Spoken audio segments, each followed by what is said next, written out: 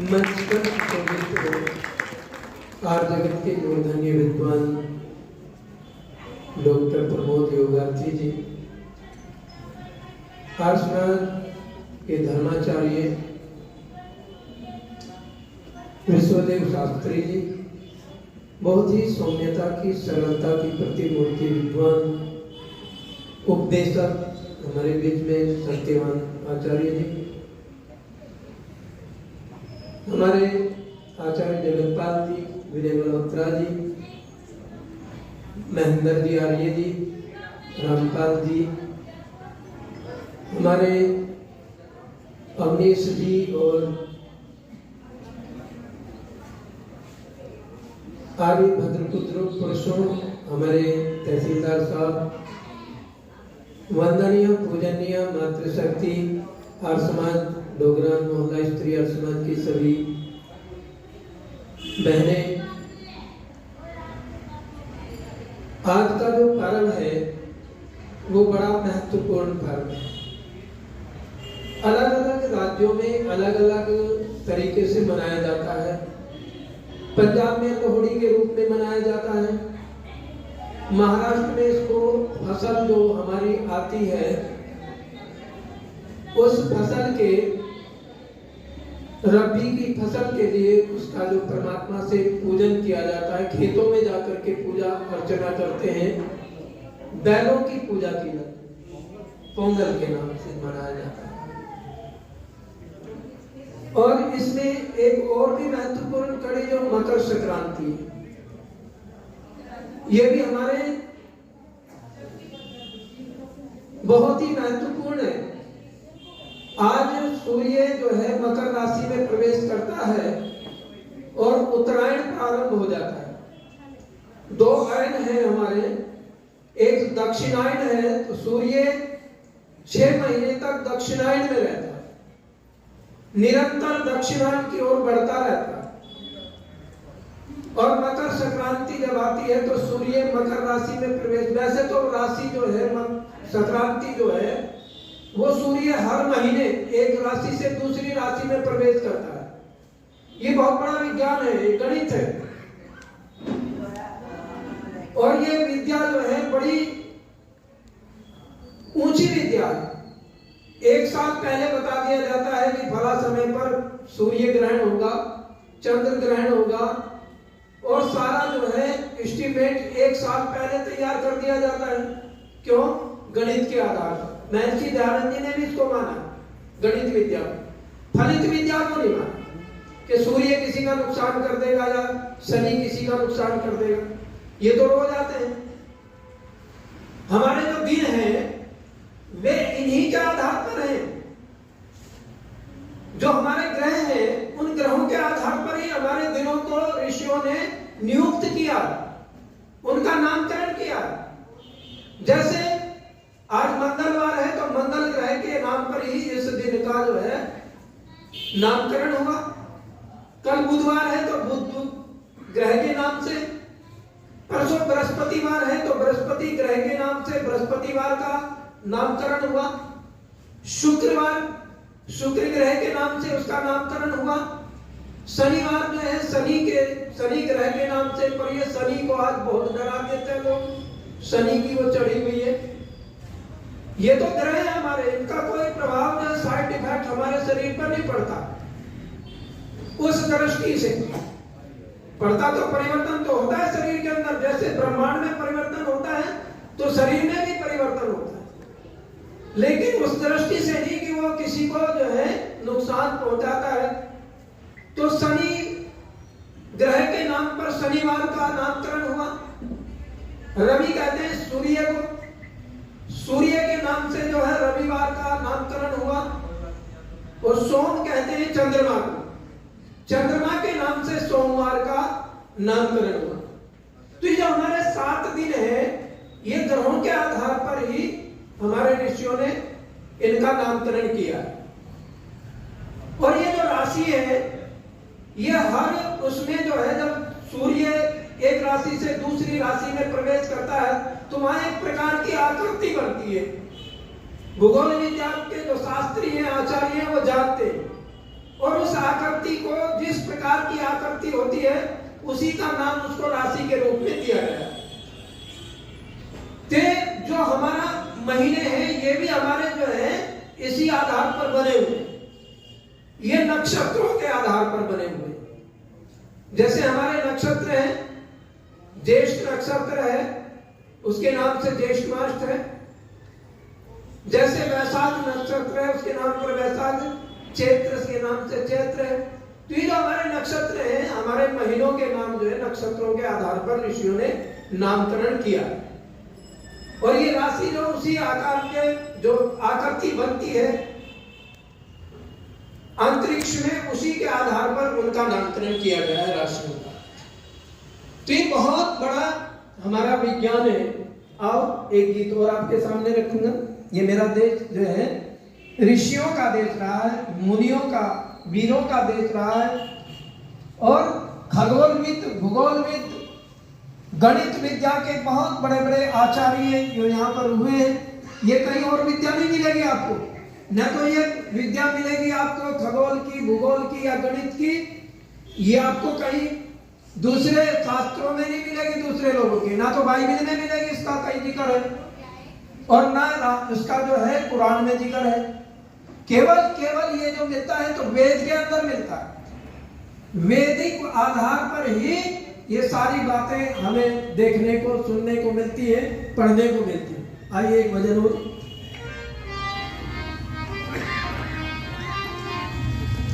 कि जननी जन्म भूमि यह मेरी, जग में स्वर्ग समान।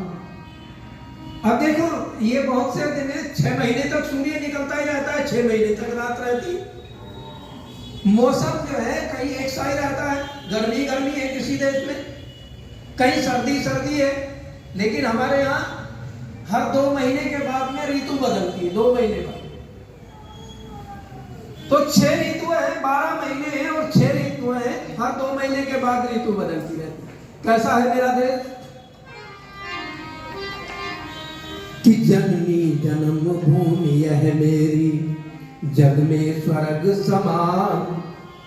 भूमंडल के सब देशों में मेरा देश महान। ये अपना भारत प्यारा, सारी दुनिया से न्यारा। हो अपना भारत प्यारा, सारी दुनिया से न्यारा। जननी जन्म भूमि यह मेरी, जग में स्वर्ग समान। भूमंडल के सब देशों में मेरा देश महान। ये अपना भारत प्यारा, सारी दुनिया से न्यारा। हो अपना भारत प्यारा, सारी दुनिया से न्यारा। आदि सृष्टि रचना का रचन ईश्वर ने यही किया है। आदि सृष्टि में जो मानव की उत्पत्ति हुई वो भारत की भूमि पर ही हुई। और कहां पर हुई? जिसको त्रिविष्टम कहा है शास्त्रों के अंदर, जिसको आज तिब्बत कहते हैं, जो चीन के अधीन है, कभी वो हमारा ही था। आदि सृष्टि रचना का रचन ईश्वर ने यही किया है। प्राकृतिक सौंदर्य से तो इसको सजा दिया है। प्राकृतिक सौंदर्य से तो इसको सजा दिया है। झरने, झील, टील, नदी, नाले, हरियाले मैदान। एक वर्ष में 6 ऋतुओं का मिला विशद वरदान। ये अपना भारत प्यारा, सारी दुनिया से न्यारा। हो अपना भारत प्यारा, सारी दुनिया से न्यारा। जननी जन्म भूमि यह मेरी, जग में स्वर्ग समान। भूमंडल के सब देशों में मेरा देश महान। ये अपना भारत प्यारा, सारी दुनिया से न्यारा। हो अपना भारत प्यारा, सारी दुनिया से न्यारा। वीर भोगिया वसुंधरा, ये भूमि है वीरों की। वीर भोगियम सुंदरा, ये भूमि है वीरों की। ऋषि मुनि योगी सन्यासी देश धर्म धीरों की। सृष्टि के उपभोग का साधन यहाँ ज्ञान विज्ञान। दे रहा है संदेश विश्व को यही वेद भगवान। ये अपना भारत प्यारा, सारी दुनिया से न्यारा हो। अपना भारत प्यारा, सारी दुनिया से न्यारा। जननी जन्मभूमि यह मेरी, जग में स्वर्ग समान। भूमंडल के सब देशों में मेरा देश महान। ये अपना भारत प्यारा, सारी दुनिया से न्यारा हो। अपना भारत प्यारा, सारी दुनिया से न्यारा। सोना चांदी जवाहरात नवरत्न भरे कण कण में। सोना चांदी जवाहरात नवरत्न भरे कण कण में। जीवन देने वाली औषध संयत सुगंध सुमन में। झरने झील टील नदी नाले हरियाले मैदान। समय समय पर यहाँ अवतरित योद्धा और बलवान। ये अपना भारत प्यारा, सारी दुनिया से न्यारा हो। अपना भारत प्यारा, सारी दुनिया से न्यारा। जननी जन्मभूमि यह मेरी, जग में स्वर्ग समान। भूमंडल के सब देशों में मेरा देश महान। ये अपना भारत प्यारा, सारी दुनिया से न्यारा हो। अपना भारत प्यारा, सारी दुनिया से न्यारा। प्रेमी मातृभूमि भारत में जन्मे बड़े हुए हम। इसकी पवित्र धूलि में घुटनों चलकर खड़े हुए हम। प्रेमी मातृभूमि भारत में जन्मे बड़े हुए हम। इसकी पवित्र धूल में घुटनों चलकर खड़े हुए हम। काले गोरे लंबे छोटे सब इसकी संतान। काले गोरे लंबे छोटे सब इसकी संतान। तन मन धन जीवन अर्पण कर रखे माँ की शान। ये अपना भारत प्यारा, सारी दुनिया से न्यारा हो। अपना भारत प्यारा, सारी दुनिया से न्यारा। जननी जन्मभूमि यह मेरी, जग में स्वर्ग समान। भूमंडल के सब देशों में मेरा देश महान। ये अपना भारत प्यारा, सारी दुनिया से न्यारा हो। अपना भारत प्यारा, सारी दुनिया से न्यारा। समय समय पर यहाँ संस्कृत योद्धा और बलवान। कहीं और भी सुना है क्या महापुरुषों का जन्म भारत की भूमि पर ही हुआ? कृष्ण का जन्म भारत में हुआ, राम का जन्म भारत में हुआ, महर्षि दयानंद का जन्म भारत में हुआ, महर्षि पतंजलि, कणाद, जैमिनी और जितने भी ऋषि महर्षि हुए इस पवित्र भारत की भूमि पर ही उनका प्रादुर्भाव हुआ। योद्धाओं में महाराणा प्रताप, छत्रपति शिवाजी, चंद्रशेखर आजाद, सुभाष चंद्र बोस और गुरु गोविंद सिंह जैसे महान क्रांतिवीर इस भारत की भूमि ने दिए। और जिन्होंने इसकी धूलि को अपने माथे पर चंदन बना करके, चंदन समझ करके लगाया है और इसकी रक्षा के लिए अपने बूंद खून का एक एक बूंद का कतरा इस भारत की भूमि के लिए अर्पित कर दिया। ये यहाँ बड़ों की बात नहीं मैं कहता, छोटे छोटे बच्चों की। अभी हम ये पूरा सप्ताह मना रहे थे, पूरा दिसंबर का, कितनी ठंड हो रही है और छोटे छोटे बच्चे 9 साल का और 7 साल का जोरा और फतेह सिंह कहां उस ठंडे बुरुज पर और किस प्रकार से जो है उनको सताया गया और डर दिखाया गया, या तो इस्लाम धर्म कबूल करो नहीं तो मृत्यु को गले लगाओ। लेकिन मृत्यु को गले लगाया, चोटी और जनेऊ को नहीं दिया। और कितने दानवीर भामाशाह जैसे महाराणा के सामने अपना खजाना खोल करके रख दिया। वो महाराणा कहां दौड़ ले रहा है, कहां भागा जा रहा है, रण से छोड़ करके, युद्ध से विमुख होकर के पीठ फेर कर भागा जा रहा है। तुझसे ऐसी अपेक्षा तो नहीं थी, तू तो मेवाड़ का शेर है और डर करके भागा जा रहा है। कि डर के नहीं जा रहा हूं, मेरे पास पैसा नहीं है, सेना को कहां से तनख्वाह दूं। खजाना खोल दिया भामाशाह ने।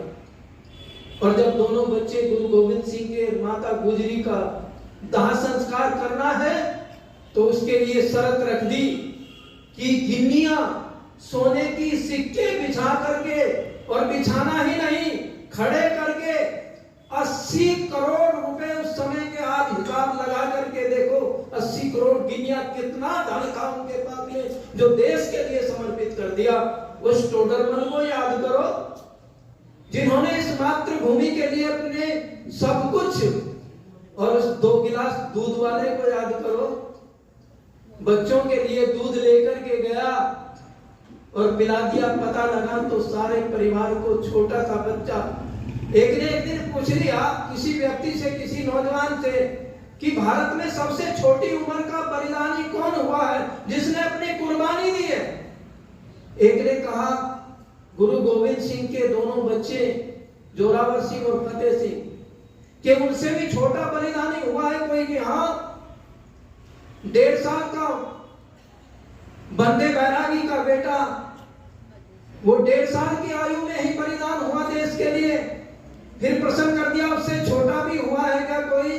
कि हाँ, जिसने दूध पिलाया था गुरु गोविंद सिंह के बच्चों को, 3 महीने का बच्चा कोल्हू में पिला दिया उसको पूरे परिवार के साथ। तो ये बलिदान की पराकाष्ठा का देश है, ये त्योहारों का देश है। आज हमने सिमट करके रह गए। आज गुरु गोविंद सिंह ने अपने परिवार का बलिदान किसके लिए दिया? ये जो चंदन माथे पर तिलक लगाए बैठे हैं, ये उन वीरों के खून का तिलक है जिन्होंने अपना खून देकर के तिलक की रक्षा की है। पर आज हमने सिखों का गुरु मान लिया गुरु गोविंद सिंह को। आज हमने तेग बहादुर को सिखों का गुरु मान लिया है। आज हमने जो है अपने महापुरुषों को बांट करके रख दिया। आज वाल्मीकि को, वाल्मीकि लोगों का, ऋषि वाल्मीकि को उनका देवता मानते हैं, उनका गुरु मानते हैं। रविदास को उनका गुरु मानते हैं, जबकि रविदास ने कहा था, जब सिकंदर लोधी ने कहा या तो कबूल कर लो इस्लाम धर्म, नहीं तो आपको जो है सजा दी जाएगी, तो उन्होंने क्या कहा था? वेद ज्ञान सबसे बड़ा, सबसे उत्तम ज्ञान, और वेद ज्ञान को, सत्य ज्ञान को छोड़कर मैं पढ़ लूं झूठ कुरान, इसको नहीं पढ़ूंगा। वेद की रक्षा के लिए उन्होंने काम किया। पर आज हमने उनको भी जो है एक जातिवाद में बांट करके रख दिया अपने महापुरुषों को, इन अंग्रेजों ने। और इस देश के तथाकथित नेताओं ने हमारे समाज को बांट करके रख दिया और ऐसी ऐसी भ्रांतियां पैदा कर दी हैं कि आज समाज बट रहा है। और आज बट रहा है समाज, तो कहां जा रहा है? इसकी रक्षा करने का दायित्व किस पर है? वह जिम्मेदारी महर्षि स्वामी दयानंद जी आर्य समाज के कंधों पर दे करके गए हैं। धर्म की रक्षा की जिम्मेदारी आर्य समाज के नौजवानों को सौंप करके गए हैं। राष्ट्र की रक्षा की जिम्मेदारी और विद्या की जिम्मेदारी आज पाखंड पनपता जा रहा है। देख लो आप किस प्रकार का पाखंड जो है कुंभ के मेले में हो रहा है। कितने पाखंड कर रहे हैं, कोई हाथ खड़ा करके सुखा रखा है, कोई कुछ कर रहा है, और देखें उनके जीवन को भांग पी रहे हैं, नशे कर रहे हैं, शराब पी रहे हैं, अनेकों प्रकार के मांस खा रहे हैं, मुर्दे तक के मांस को खाते, प्रदर्शन करते हैं, दिखाते हैं कि हम अघोरी हैं, मांस खाते, मुर्दे को भी खा जाते। तो कहां जा रहा है समाज? कौन सिखाएगा इसको? केवल केवल आर्य समाज। और आर्य समाज भी आज जो है पदों की लोलुपता में हम भटक के रह गए। आज पदों ने हमारे जीवन को जो है त्रास दिया। अनेकों प्रकार से हम जो है इस प्रकार से देश और धर्म की रक्षा के लिए जिन दायित्वों को हमने अपने कंधों पर लिया था, आज वे कंधे कमजोर होते जा रहे हैं। कौन संभालेगा इस देश को? कौन रक्षा करेगा संस्कृति की? केवल आर्यों पर ही आस है, अन्य और किसी पर नहीं है। और तो पैसा कमाने जितने धर्माचार्य हैं जो मठाधीश है, जो व्यासपीठ पर बैठ करके अपने आप को भाषण देते हैं, अपने आप को धार्मिक बताते हैं, जगत गुरु बताते हैं, शंकराचार्य की पदवी प्राप्त किए हुए। लेकिन मैं धन्यवाद देता हूं आदित्य वेश जी को, स्वामी जी ने अपना जो है एक वक्तव्य दिया है और उन धर्माचार्यों को, उन शंकराचार्यों से निवेदन किया है कि आप अपने मंच से कुंभ के मेले में उद्घोष करें कि नारी को समान अधिकार मिलेगा। आज भी कोई समान अधिकार थोड़ा ही है समाज के अंदर, आज भी उनको जो है उपेक्षा की दृष्टि से देखा जाता है। ये तो महर्षि स्वामी दयानंद की देन है।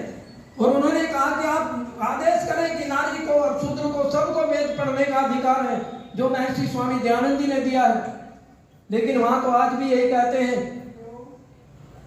वो तो कहते हैं स्त्री शूद्रो नाध्यतामिति सुरते, ये स्त्री को शूद्र को वेद पढ़ने का अधिकार नहीं है। दक्षिण भारत में तो आज भी देखो अनपढ़ मिलती हैं, बड़े बड़े पंडितों की जो बेटियां हैं और औरतें हैं सारी अनपढ़ मिलती है, वो पढ़ाते ही नहीं। वेद का ज्ञान उनके लिए जो बंद है, ताला लगा हुआ है। ये तो महर्षि दयानंद जी का प्रकाश है, जहां जहां तक पहुंचा है उन्होंने जो है इस राष्ट्र को जगाया, इस राष्ट्र को चेतना दी, इस राष्ट्र को सोए हुए को जगाया, अनेकों प्रकार की रूढ़िवाद भ्रांतियों को दूर किया। तो ये तो ऋषियों का देश है, महर्षियों का देश है, वीरों का देश है। और अधिक ने कहते हुए हमें इस पर्व पर प्रतिज्ञा लेनी चाहिए, व्रत लेना चाहिए, प्रतिज्ञा करनी चाहिए कि हम वैदिक सिद्धांतों को, जो धरोहर ऋषि दयानंद ने हमें दी है, उनकी रक्षा करेंगे। आज हम हमन तक सिमट करके रह गए, हमारी कोई योजनाएं है क्या? आज समाज की कोई योजनाएं हैं क्या? क्यों हम इसमें से सुकड़ करके रह गए? ऋषि दयानंद ने जो संसार का उपकार करना समाज का मुख्य उद्देश्य है, अर्थात शारीरिक, आत्मिक और सामाजिक उन्नति करना, इतना बड़ा पिंड दिया है, सारे संसार को पिंड बना करके महर्षि स्वामी दयानंद जी दे करके गए। और केवल आज समाज की स्थापना नहीं की, इसके साथ में 3 समाजों की और गठन किया। विद्या आर्य सभा का गठन किया, धर्म आर्य सभा का गठन किया, राज आर्य सभा का गठन किया। क्या हमने कभी उन पर काम किया है? क्या अच्छे नेता शिव कुमार जैसे, प्रकाश वीर शास्त्री जैसे नेता हमने चुन करके दिए इस राष्ट्र को? कहां चले गए हम? क्या हमने कोई श्रद्धानंद जैसे सन्यासी दिए हैं? क्या पंडित लेखाम जैसे वक्ता दिए हैं? कहां चले गए हम? हमें क्या करना था? हम क्या थे, क्या हो गए और होंगे क्या अभी? आओ विचारें बैठकर ये समस्याएं सभी। इन्हीं शब्दों के साथ वाणी को विरमित करते हुए इति ओम शम। एक बच्चा जो है सारा को लेकर के आया, बहुत बहुत धन्यवाद। इति ओम। बहुत बहुत धन्यवाद आचार्य करीमवीर जी का कि उन्होंने अपना वक्तव्य मार्गदर्शन दिया है। आर्य वीरांगना दल हिसार में हमारी जो विद्वत्मा बेटी हैं, चलाती हैं, सत्यवान आचार्य जी की श्रीमती जी, और उन बच्चियों को संस्कार देने का काम करती हैं, चाहे वो